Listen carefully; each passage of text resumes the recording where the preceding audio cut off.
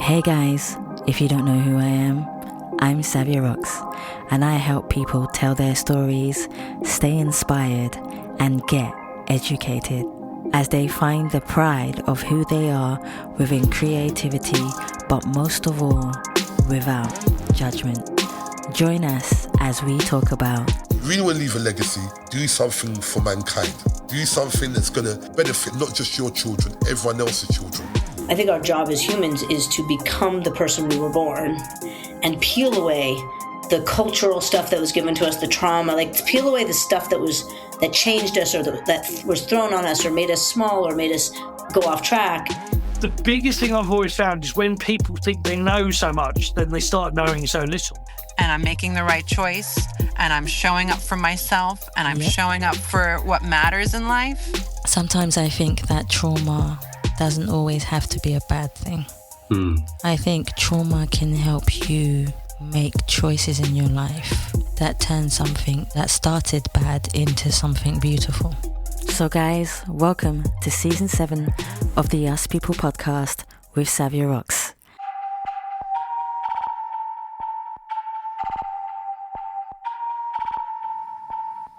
Hi, my name is Alexis. I'm an advisor for founders to grow and sell their company. And you're listening to Us People podcast with Savia Rocks.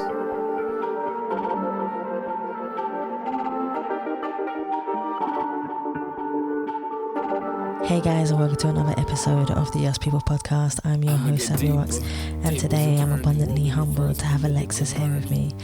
Alexis is a special advisor for founders, which is very unique. So this is going to be interesting, Alexis. I want to thank you so much for taking your time to come on the Us People podcast. How are you? I'm good. Thank you for having me, Savia. You are more than welcome. So my first question for you is, could you tell me about yourself, where you grew up, and how that influenced you to be the person who you are today? Oh, you start with a very easy question, right? Yep. Yep. Born and raised in Geneva. Yes. Massive ADHD, although it was not diagnosed at the time because nobody knew about this disease. Mm-hmm. So bad at school. The usual, you probably got that a lot. He's so smart, I don't understand why he's not successful. Mm-hmm. Yep, I know how that feels.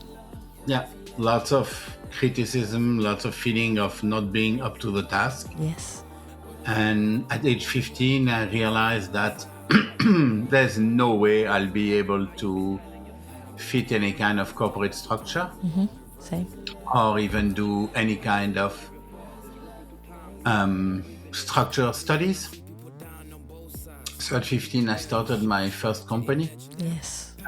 Export-import. My parents still to that day haven't forgiven me all that because it was not a big success. Aww. Managed to survive high school barely, then went to Paris to study communication and advertising. Yes. Did that for a couple of years. That worked well with me because it was not too structures. And after 2 years, I started a small ad agency in Paris. Mm-hmm. And while doing that, I started studying. I decided that advertising is not what I wanted to do, which was a good decision by the time. And I started movie school to be assistant to the director. I did that. I did 3 or 4 movies. And then I moved to Africa. Yes. See what I mean? This is what I like, the chef. See, there's so many different forms of ADHD that people don't actually understand or know about. And this is why I like to highlight a lot more so people understand that it's not one certain type of ADHD. So, and this is why we need to talk about those things even more, and even the structures of you deciding to do what you want and your parents not be so forgiving. I think, in a way, some parents decide and think, you know what, my child wanted to do this and there must be a reason behind it. So which kind of tallies into my next question, which is, can you define yourself as a person, Alexis? But also, who do you see when you look in the mirror? But on the flip side of that question, Alexis, has there ever been a time where you have looked in the mirror and not recognized the person staring back at you? How did you manage to go from a person that you may feel that you didn't like the vision of to becoming a person that you felt had purpose? Just to clarify something, my parents have actually been always super supportive. That's what I thought. They were pissed at me when I failed, but they never like, oh, you have to be a doctor or you have to be a lawyer, which, with Jewish parents can happen from time to time. Hey, we all have different kinds of parents, and that's what makes us all unique. The few times when I didn't recognize the guy in the mirror, it's mainly early when I compromise who I am for who I want to be. Mm-hmm. And before, I'd say anything before 45 or 50, you're like, where do I fit? Like, okay, I'm an entrepreneur. That's what I am. That I knew at age 15. Mm-hmm. But what is an entrepreneur? Like when you start a company, you do everything, right? Yeah. So you lead, you manage, you sell, you build, you do everything. And I was like, I'm supposed to be an entrepreneur. I'm supposed to be a manager. Why am I so effing bad at managing? And okay, it's just it's a question of willpower. Just get better and read books. And I keep forgetting stuff. I keep I do 3-year plans that don't work. I was like, what am I doing wrong? And then I realized that's not who I am. I'm not a manager at all. I'm a leader. Exactly. And for a long time, I thought, and a lot of people actually, I have this conversation with my clients a lot who they don't really understand the difference between a leader and a manager. Right? Yes. So, it must be the same thing. When I don't recognize myself is when I try to be a manager. And that's not who I am. I don't make plans. I have people for that. And that's super key for me. That's enough, to be fair. I think we understand and learn as time goes by. And like I said, we all handle things in different ways and understand it. So that's how it works for us.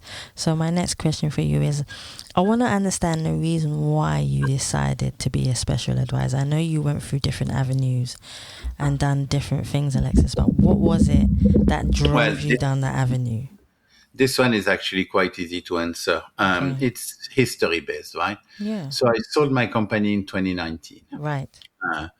With enough money to retire. I was pissed because I always said I'll retire by age 50. And because of a fucking lawyer in Zurich who took 3 months to draft a contract, I retired at 50 and 1 month. So I was really pissed. Bastard. But, yeah. But anyway, I properly retired for 3 years, had a big midlife crisis, new country, new wife, new kids, new everything.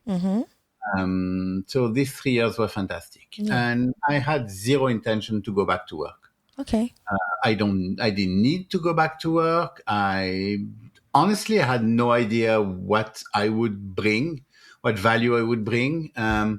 There's nothing worse than the CEO of a relatively large company trying to become the founder and CEO of a small company. That never works. I have millions of examples why it never works.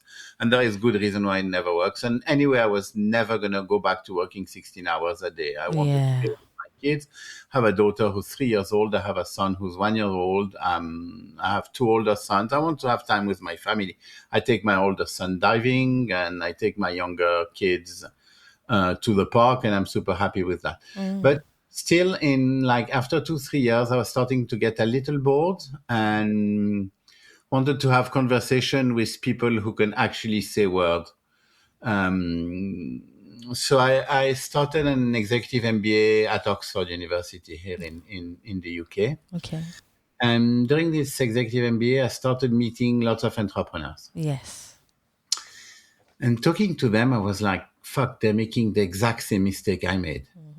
And I was wanted to scream, no, don't do that. I did it. It's a bad idea. And then I did a little mental exercise, which I, by the way, recommend to everyone who achieved anything in life. You stop 2 minutes and you say, okay, let's imagine I started the same thing I started. In my case, it's my software company. But 20 years later, knowing what I know now, how would I have made it differently? And put numbers on it. What's the cost in times and money of all my mistakes, my fuck-ups, my bad decision? Like, how does that pile up? In my case, it's a pretty easy calculation. It's basically 5 years and $50 million. That's the cost of all my mistakes. So I started talking to entrepreneurs and say, hey guys, like if you listen to me, I'll save you 5 years and 50 million, which is a pretty good pitch. I started doing a lot of startups, pro bono and stuff like that. And I realized that's not where my value is. Actually, I don't bring so much value. And also I wanted to help as many people as possible. That's why I wrote a book, right? I wrote a book to just try to give entrepreneurs, kind of a bit of a methodology to move forward, to grow the company, and mainly to get ready to exit your company. That's my specialty, right? It's getting people ready to exit their company. So now I do that. And as I'm really not good at doing stuff on my own, I basically called all my friends and say, hey, can we start a team of people who can, like, not full time, but fractionally help entrepreneurs to grow? Because always notice when you get to the 5-10 million revenue range, you start needing like solid C-level people, but obviously you cannot afford them yet. So what I do is we come with friends of mine that are all like 30 years experience in large company, and we come and help. That's good enough, to be fair. That's how I started. I asked my friends and family when I needed to start interviewing or doing things in my life.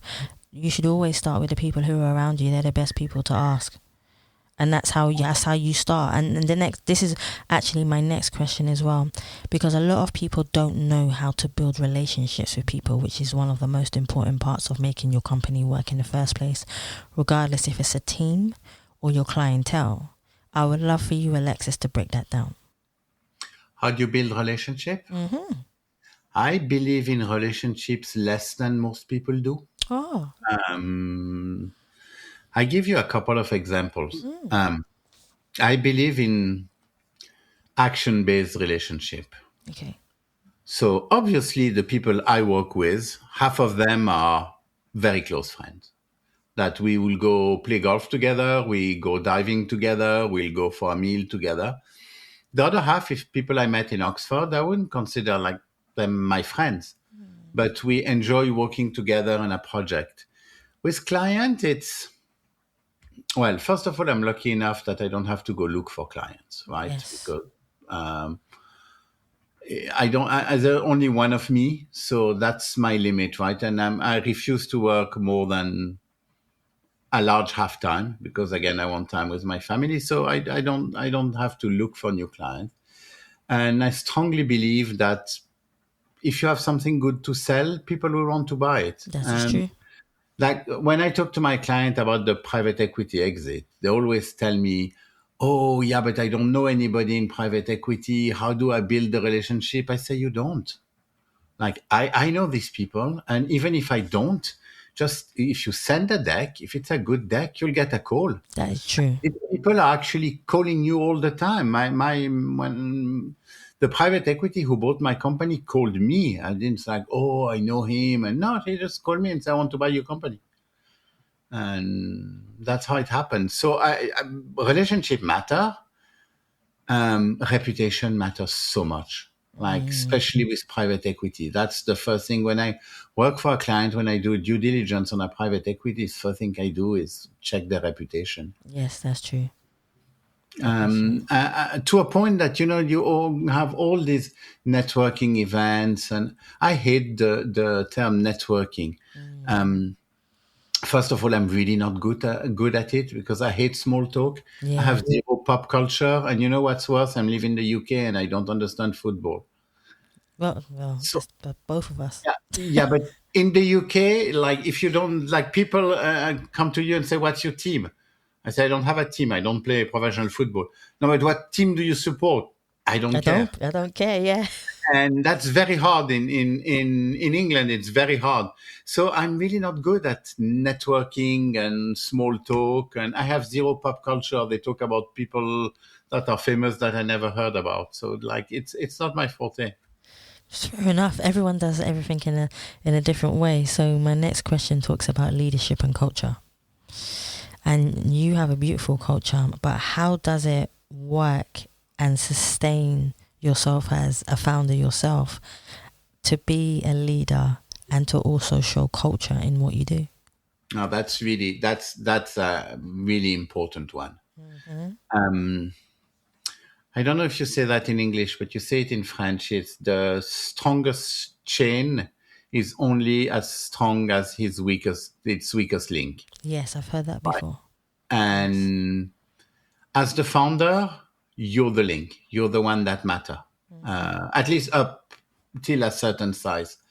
So the culture is, for me, the main culture of my company was to find A players, find super high level people for two reasons. First of all, it's good to have good people. But also, as I said, I'm not a good manager, and these people don't really need to be managed. They need to be understood. And that's actually a very, very big difference. Yes. They need to be understood, and they need to be incentivized by way more than just money. These people can get money anywhere. It's not a question of money. Money is part of it, obviously. You have to pay them. But for example, the culture is you have somebody who's an A player, you let him choose his team. You don't choose his team for him. He knows much better than you do. He knows his job. He's better at the job than you are. You let him choose his team. You be sure he's always working on projects that are interesting, at least a part of his day. Yes. Stuff like that. That's, for me, it's the culture. And my company, at least up until the global financial crisis, up until the subprime, was very, very family-based. Like once per year, I would organize a barbecue in my garden with all the employees and their family. So it was very family-oriented. I like that. See. So it was a small, unique, close-knit family you had, Alexis. Yeah, it was. When we sold the company, it was 500 people. So it was not that small anymore. But no way. Yeah. Oh my gosh. Okay, so there's going to be a lot of people, because you've already mentioned this, who don't know how to invest or understand the term of what business does and the structure of business. I would love for you to break down your perspectives of breaking down how business works in your mind. Because remember, you have a very unique mind of how you do things. And not everyone understands that, Alexis, as well, which makes you your own genius in your own way. How do you break down the terminology business in your own way? So there are stages, right? You have the founder stage, 0 to 5 million revenue. How the business work doesn't really matter. Don't let people tell you need structure. You need three things. You need client satisfaction, client satisfaction, client satisfaction. Okay. That's what you need. If your clients are happy, I don't care if you're making tons of money. I don't care if you're growing super fast. I don't care if you're well organized, if you're well processed, well structured. I don't care. Just make your clients happy. And then word of mouth and reputation. That's the early stage. And that's lots of, in my opinion, in my humble opinion, because I'm not an expert in that, but a lot of the startups fail because they forgot about this basic thing, especially when you are a startup, especially when basically a client has to choose between you and a better established company. Yes. When they choose you, in a way, they're making you a favor, right? My banking software company was a 50 million revenue. My smallest client was $1 billion revenue.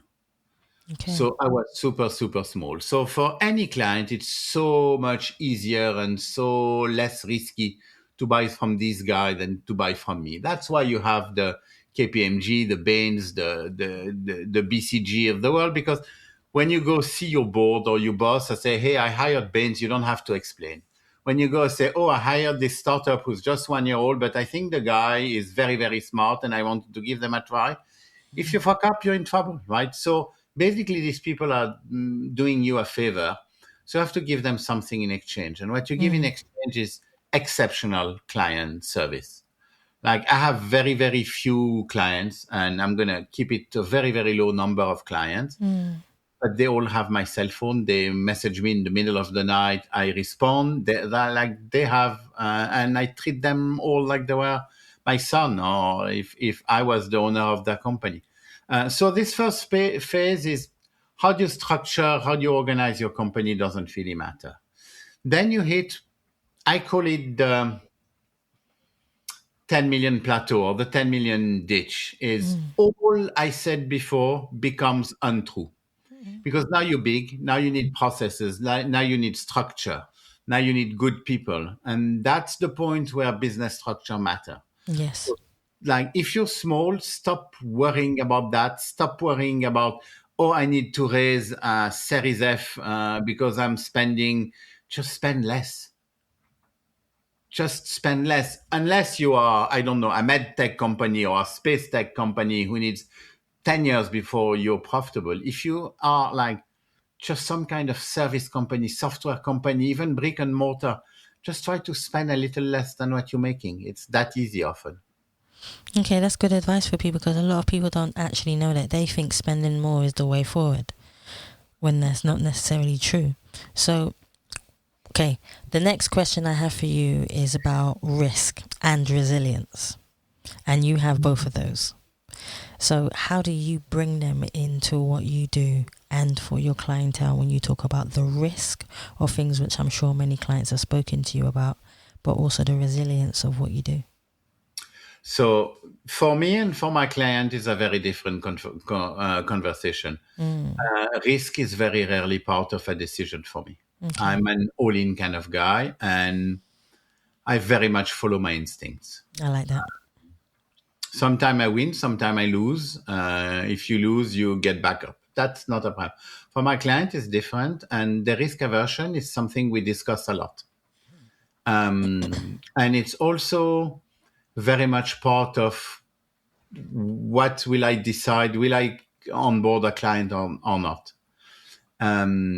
If a client has very little risk aversion, I kind of already know it's not going to work with me. Yeah. I don't want crazy people. I don't want people who go all in on every hand. Yeah. But risk is really inherent of the job of founder. A safe founder, there is no such thing. So yes, you're going to take risk. So there's two different things. Taking risk is one thing. What I see a lot is good money chasing bad money and refusing to admit you made a bad decision. Mm-hmm. I'm very much in the, if you fail fast. Yeah. That's why I never, I have a big rule of life. I never make a plan that's longer than 4 years. Okay. So if something cannot be solved in 4 years, then I'm not your guy. Mm-hmm. I'm not saying it doesn't exist. If you want to send a spaceship to Mars, I totally understand it takes 20 years. It's just I'm not your guy. I don't have the patience. I fair enough. Go fast and break things. So that's really part of the initial conversations. I never onboard somebody before we had at least a few deep conversation about his company and about him or her. That's, for me, I'd say it's way more important than the company, actually. And by the way, if you ask any half-decent VC, what are the 3 things that matter in a startup, they will say management. Fair enough. Like the person matters so much more than the company. See, what I want to know from you also is I know you have a team. You spoke about teams. You spoke about risk. You spoke about structure. You spoke about so many different things. But at the same time, I also believe that in life, we've all been given a chance to be able to be the person that we are today. Is there anyone in your life, Alexis, that you believe helped you to have the chance in your life for you to become the person that you are today? I'd say every single person I met. I love that. Every single person I've met, friend or foe, success or failure. That's the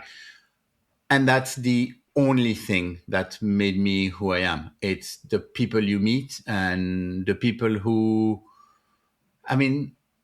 you have a few kiss-ass people that don't bring tons of value because you don't need people to tell you how great you are. Most people already have too much of that. Mm-hmm. But people who fought me, people who disagreed with me. I'm extremely suspicious of an employee who agrees with me all the time. Yeah, I can't take it. I remember I had 50 employees in Singapore. Indian, Malaysian, Singaporeans. And I didn't build this team. Somebody else built this team for me, and I was getting to know the team. And I get in, and I wanted to test something. So I went to see a guy, and I say, hey, can you develop that for me? Spend 3-4 days on this idea. And came back after 3-4 days, and look what he did. And I said, but that's a very, very stupid idea. Mm. And the guy said, yeah, I know. And it's like, why did you do it? Because you asked me. But you knew it was a stupid idea. Fucking tell me, don't spend 4 days if it's a stupid idea. It was a really stupid idea, except that the guy is way more senior than I am. So he immediately noticed that. I'm not a senior developer, so I needed to see it to realize it's stupid. But if the guy told me, no, this is stupid, that's the reason why it's stupid, that's okay, you're right, sorry, move on. And so that's what makes you always hire people that are smarter than you. For me, it's easy because I actually started the company. So, I told you, I was never super good at school. I didn't have very high studies. And the guy I started the company with, his name is Manu. He's still my best friend to that day. And he's still in the company, by the way. He was finishing his PhD in theoretical physics. Okay. And speaking with him, the feeling I had, I still do have this feeling. It's like playing tennis against Roger Federer. Mm-hmm. He's so much smarter than me. And that's the people you want in your life. It's hard to accept. Lots of people don't accept that, and they're wrong. It's so important. I think that's really good advice, to be fair. What is the best advice, Alexis, you've ever had from someone? To be fair, there's going to be different times in your life where people have given you advice. And that's me looking at it logically. But is there any time you remember where someone has given you advice and you have taken it in a way where it's helped you sufficiently? Every day. I'm sure there is. Every day. I could think of 200 pieces of advice that I should have followed that I didn't, because that's I'm very good at listening. But when I run a company, I'm not a huge Democrat. Mm-hmm. And I tend to follow my ideas right or wrong. There is a million times where I would have done better if I listened more. Yes. For example, to all the people who told me, quit smoking because you're going to end up with a heart attack. In retrospect, they were right. I didn't quit smoking and I end up with a heart attack. So that's an advice I should have listened. But the only advice that really matters is the people who let you be who you are. That is true. And then you have lots of tactical advice, like, okay, do it that way. Don't do that. That's a bad idea. That's like practical advice. But finish your study first, have a plan B, get a decent jobs, all these advice that are really from well-intentioned people. Mm-hmm. do not take into consideration who you are. Don't have a fourth kid. You're already 55. You're tired. Like all that kind of advice that don't recognize who you are. I do understand that, which does make a lot of logical sense, but at the same time, you must live your life the way that you want to as well. Otherwise, you won't see the end of your journey. You won't see the full potential of your journey in the first place. Yeah. So the next question you spoke to me about was success, and you mentioned it earlier on within our conversation. And you said a lot of people were talking about you not being successful or you not having success, so on and so forth.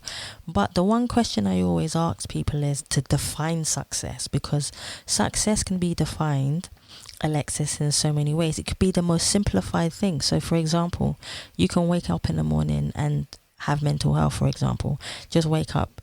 And you decide you want to get up. That's success to some people. Success to some people is passing their driving test or just being who they want to be on a normal day. There are so many ways to define success, but I just want to hear your interpretation of what success means to you. For an entrepreneur, and that's also part of the very initial decision, success is actually a number. Yeah. Can be 1 billion, can be 10 million, depends who you are, depends who you want to be. And that's one of the things that's lacking in lots of entrepreneurs. It's what's the end goal. And that's important. I don't believe in long-term plans, as I said. As you said before. But I believe in a direction. Like, I don't care how you're going to go from Europe to discover America. What I need to know is, do I take you to America or do I take you to Southern England? Because it's two completely different approach. Like, kind of my motto is the 100 million exit. If an entrepreneur want to get to 100 million, I need to know it. If he wants to get to 10 to 50 million, it's a different strategy. If you want to get to 1 billion, it's a different strategy. If you're going to want to get to 10 million, then I'm not the guy for him. That's not what I do. I cannot help. So that's why these conversations are super important. And for me personally, success, it's going to sound so new agey, and I apologize for that. But for me, success is really helping people. That's what I want to do. That's like, I got to a point of my life, always had that, but very clearly is how many people did I help this year? It's how I measure my own success. That's fair enough. So you have a strategy for it. So I think it's just knowing your purpose of what you want to do and how you want to do it, to be fair. Yes.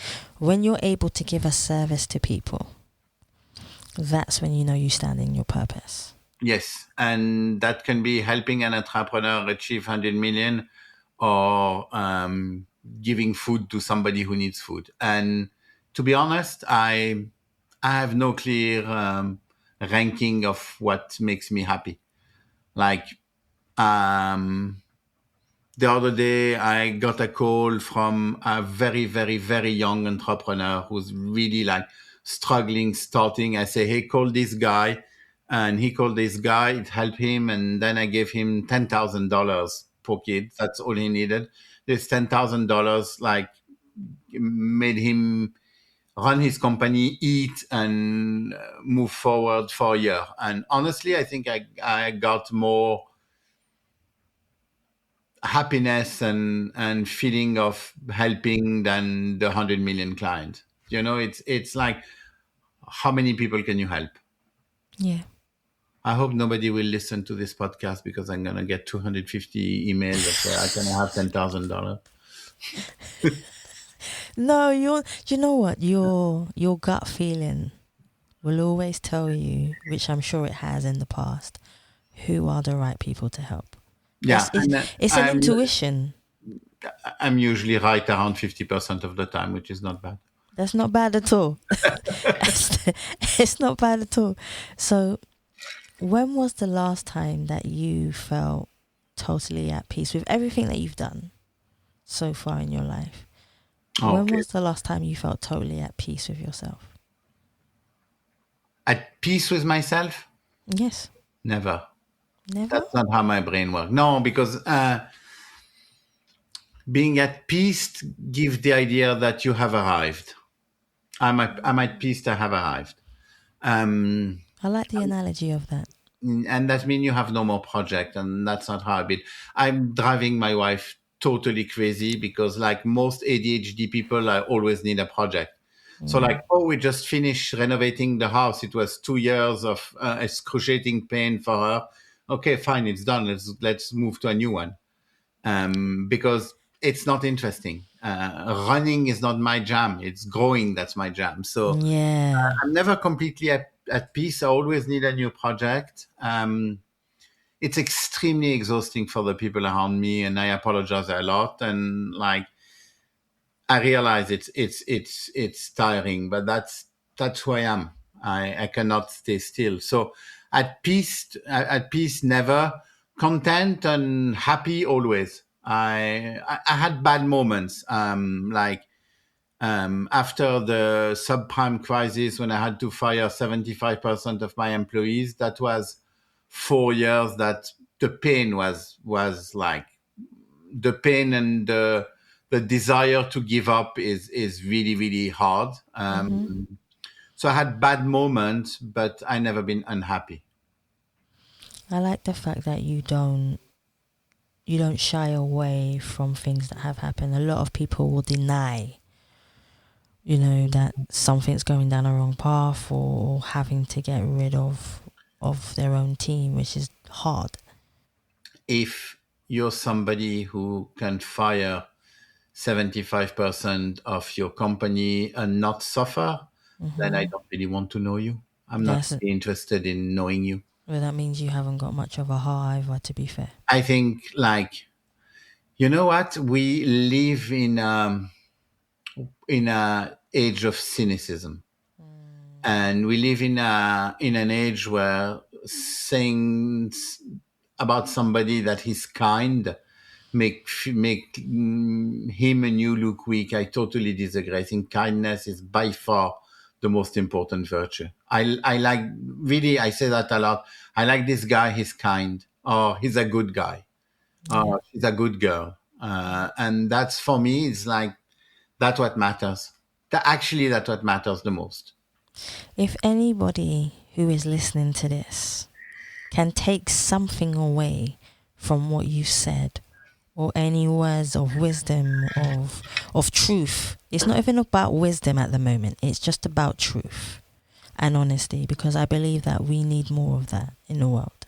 What would you give them? Yes, truth. I'm not God. That truth is for God. Honesty. Be kind. Be yourself.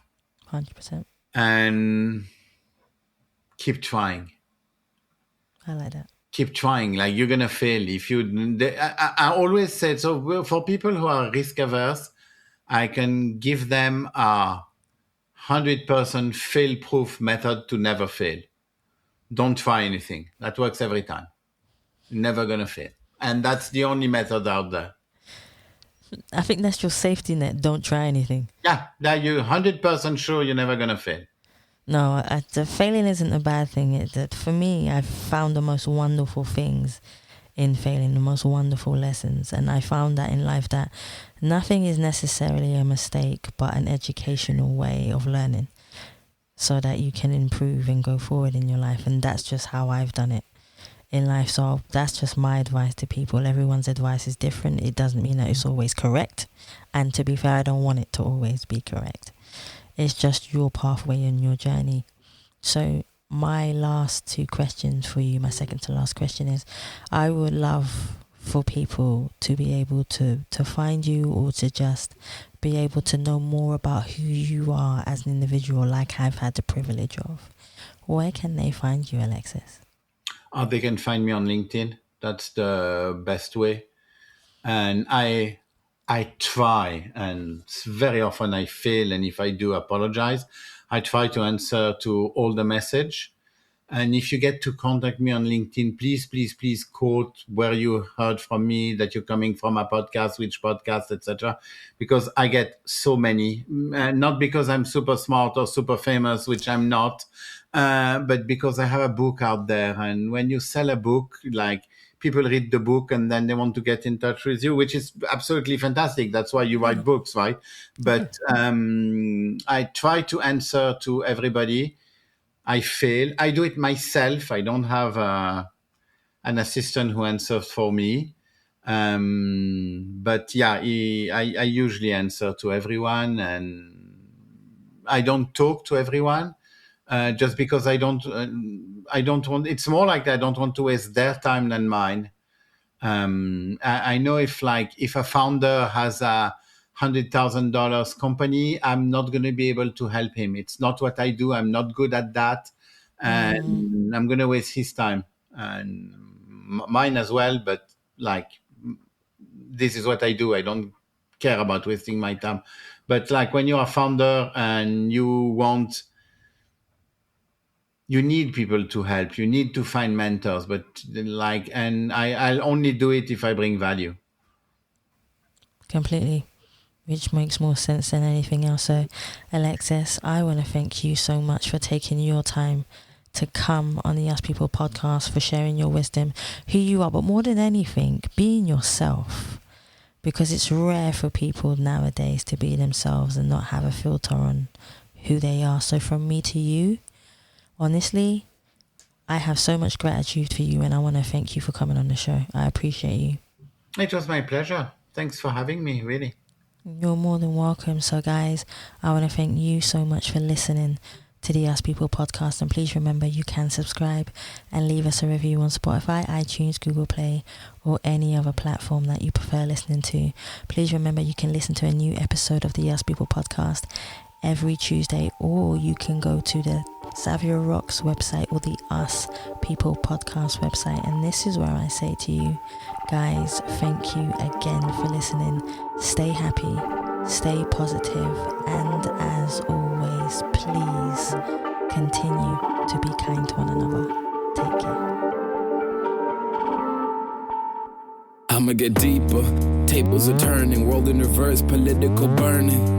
Where is the love? Where is the hope? Where is the faith inside?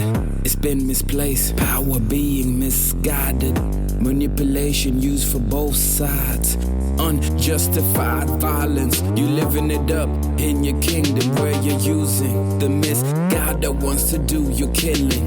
You should be in front line, seeing the pain, taking the blame, seeing the souls that been lost and flown away. Where's the truth?